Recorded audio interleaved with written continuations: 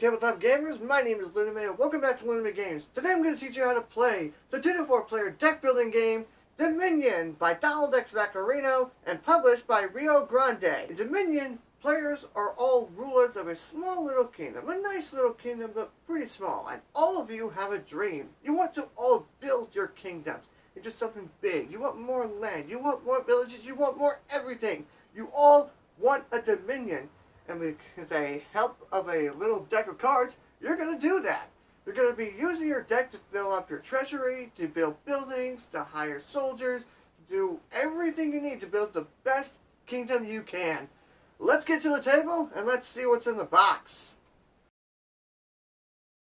To set up the game, each player is going to be given their starting deck, and it's all going to be the same.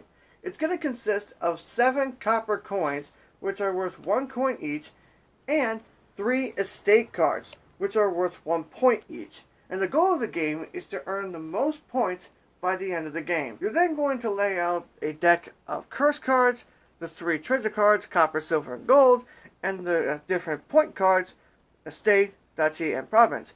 These 7 cards are always going to be used in every game. Then there's this deck of cards with these blue backs on them. This contains one of every other card deck that's in the game. You're going to draw 10 of these out, and whichever 10 you draw out, those are the cards that you're going to be using for this game. The rest of them will not be used for the game.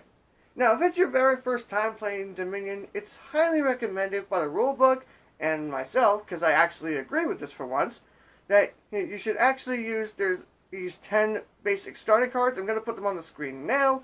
This is basically used for an introductory game. And for the sake of this tutorial, I am using these 10 starting decks. Make sure everybody has shuffled their starting decks, and you are ready to begin. Everybody starts their turn by drawing 5 cards from the top of their deck.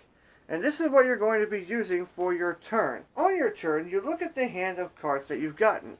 For example, this is my first hand. I drew 5 copper, which is good, actually, because I didn't draw any point cards. Now, keep in mind, even having the point cards is really good because as whoever has the most points at the end wins.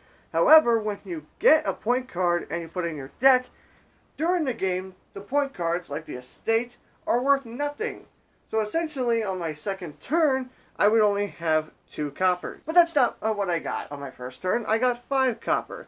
So that means I have $5 to buy new cards for my deck. On your turn, you are allowed to play as many treasure cards as you want to, in any order that you wish. This signifies how much money you're going to have to spend on new cards for your deck. You are also allowed, if you have one in your hand, you are allowed to play 1 action card. And an action card is one that has the word action on the bottom, and it typically has a white banner. Keep in mind, you don't have to play an action card if you don't want to or are not able to. You are also allowed to use the money that you have in your hand to buy 1 card from any of the cards that are out there. For example, on my first turn, I have 5 coins, so I don't have any actions, so I'm not going to play an action, but I do have 5 coins to spend.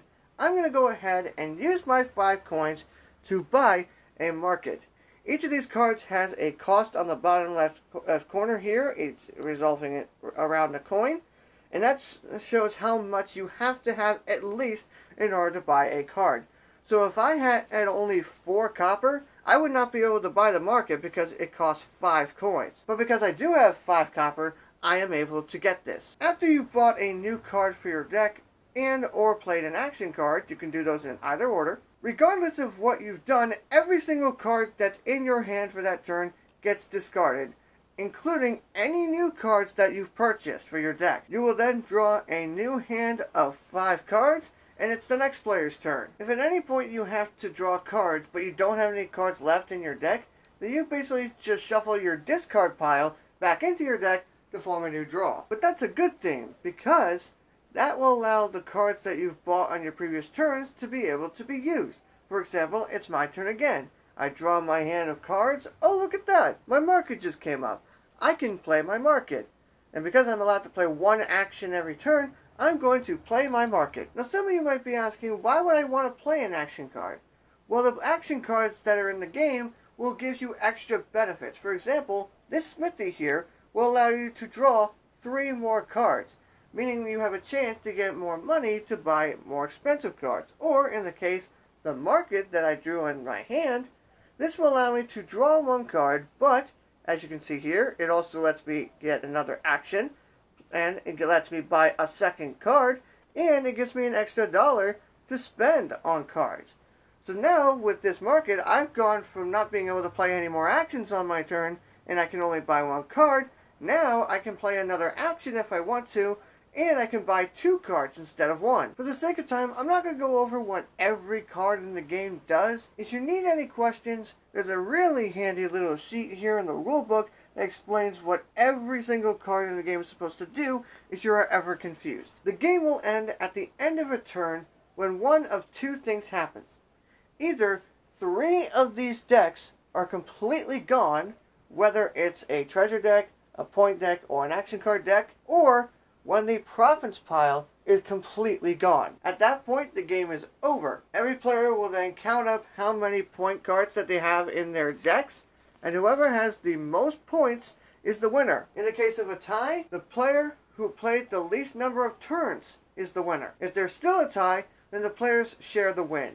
And that's everything you need to know in order to play Dominion. As always, if you have any questions at all, please feel free to leave them in the comments below and I will get to them.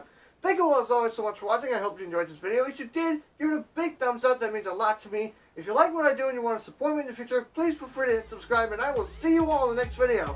But until next time, see you later!